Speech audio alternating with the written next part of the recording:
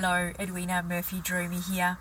Just had a beautiful lunch and I'm sitting in the park and I was thinking about something my daughter said to me last night. We were having a chat and she was talking about one of her girlfriends at school who apparently has a bit of a fluffy moustache happening. And she said to me, "Mum, should I tell her? Because some of the other girls have commented on it, and I feel a bit sort of sad for her, and I'm just wondering if I should say something."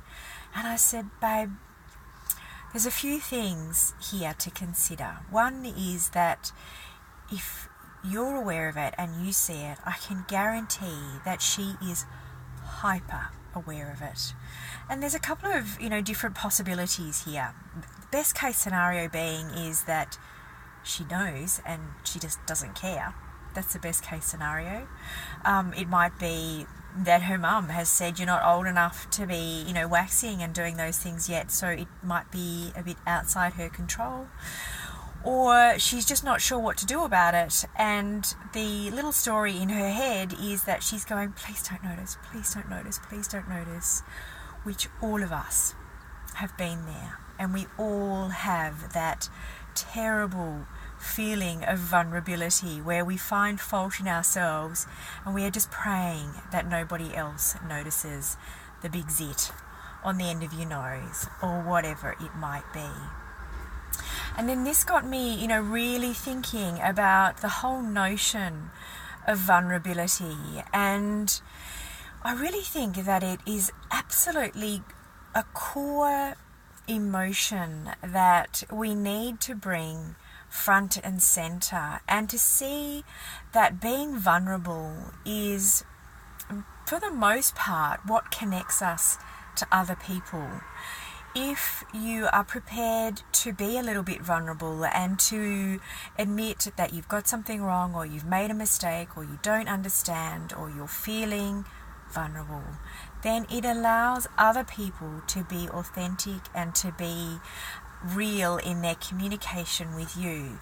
And I absolutely grew up in a world of perceived perfection, where making mistakes was something that you never admitted to, you hid away. It was shameful to get things wrong, to not know something. I didn't grow up in a world of asking questions and admitting that you weren't understanding something. And so I experienced a world of vulnerability, of never being good enough, never knowing enough, never being pretty enough, never being thin enough, never being smart enough, never being whatever enough. And so with my girls, I try to really instill an understanding that putting yourself forward and being prepared to feel a bit vulnerable, to turn up in a space where you may not feel 100% secure and safe. Maybe it's introducing yourself to a new group of people at school, or being prepared to join a group, a drama group or a sporting group where you don't necessarily know other people. You're going to have those concerns about, what are people going to think of me? But as we all know, 99.9% of everybody else in the room is so busy worrying about what everyone's thinking of them that they're actually not noticing the people in front of them. And I think another area of vulnerability that has also got me thinking is how we as mothers need to be prepared to be vulnerable with our beautiful teenage daughters, in sharing with them the mistakes, the stuff-ups, the absolute fuck-ups that we've made.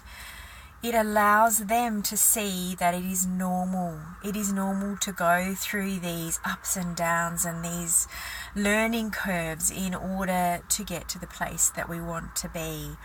And that everybody experiences these same emotions, and it's something that can be shared and it can be laughed about. You might cry together, whatever it might be.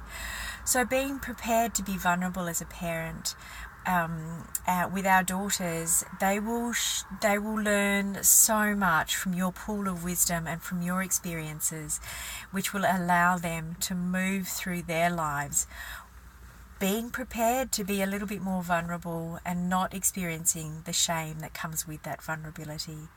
That's my thoughts for today. I'd love to hear what you think on this subject, so please subscribe to my channel, leave a comment, and I look forward to hearing your experiences.